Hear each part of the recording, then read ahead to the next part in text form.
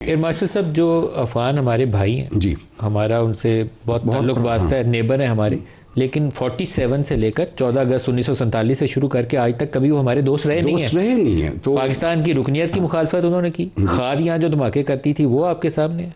जो कुछ ये गनी साहब, अशरफ गनी साहब की हुकूमत कर रही थी, कारज़ई साहब जो कुछ कर रही थी, सब कुछ हमारे सामने है। तो we have a long history. Coming now to the ceasefire, अब ख्वाहिश मेरी भी है, आपकी भी है, सबकी ख्वाहिश है कि ये सीज फायर होल्ड करे एंड दे आर एक कॉन्क्रीट मैकेनिज्म जिनकी इन्होंने बात की, मॉनिटरिंग और वेरिफिकेशन की, वो अब डिफाइन होगा इन दी 25 अक्टूबर मीटिंग, जब इस्तांबुल में इकट्ठे होंगे कि इसको मॉनिटर, वेरीफाई और इंश्योर कैसे किया जाए।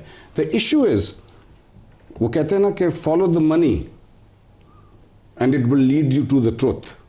Basically the money is coming from India.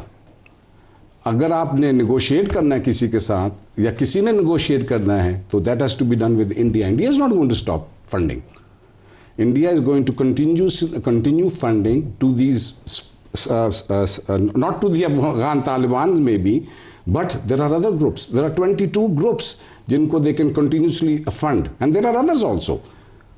Those who want to see Pakistan remaining destabilized, they continuously will fund these people. If you cannot stop this funding, फिर ये keeping these ceasefires intact is going to be बहुत challenging होगा। ये मुश्किल काम है, मुश्किल काम है। आपने भी, आपका भी यही एनालिसिस है, मेरा भी ये एनालिसिस है। अल्लाह करे या अपना गवर्नमेंट जो है वो कोई ना कोई मैकेनिज्म जो है, it's the mechanism that is going to ensure कि ये जनाब ये उनकी फाइनेंसिंग रुके।